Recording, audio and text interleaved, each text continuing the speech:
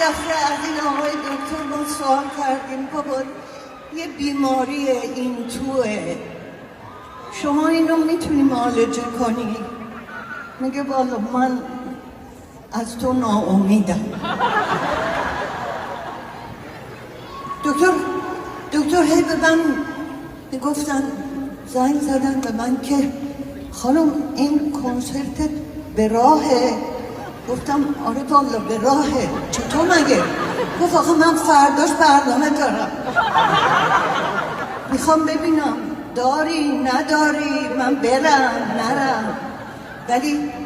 ولی دمتون گرم دکتر فردا پس فردا پس اون فردا هستن، سمینار دارن.